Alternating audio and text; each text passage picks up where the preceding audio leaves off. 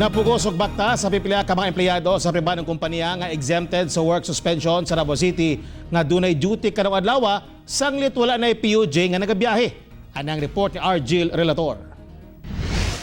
Sa pagpatuman sa Enhanced Community Quarantine sa Davao City, wala nagitugtan ang pagbiyahe sa mga public utility jeepney kun PUJ. Kini aron malimitahan ang movement sa mga tao.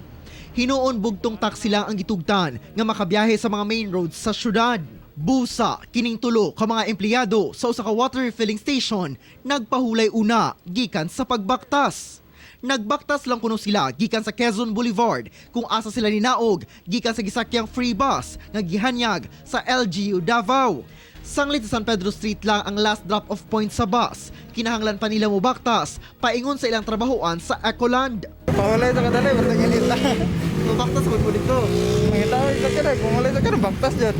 Personal kuno nilang kabubuton nga mo trabaho sanglit na sila itiwasonon aron dili matanggong ang ilang operasyon. Hinuon magstay in na kuno sila pag-abot sa ilang trabahoan. Pero wala ko sundo. Namin sa kanan, pero wala lagi na, ano ron? Napangimpalan biyahe. Gawa sa mas gasto, dili pud sila pwede makataksi kay duha lang mamahimong makasakay sa usa ka taxi. Usa sa tubangan ug usa sa likod base sa ECQ guidelines.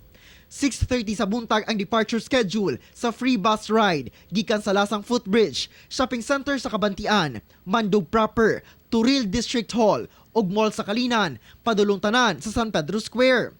Samtang alas 7 sa gabi ang biyahe gikan sa San Pedro Square pabalik sa maong mga area Lunes hangtod Biyernes.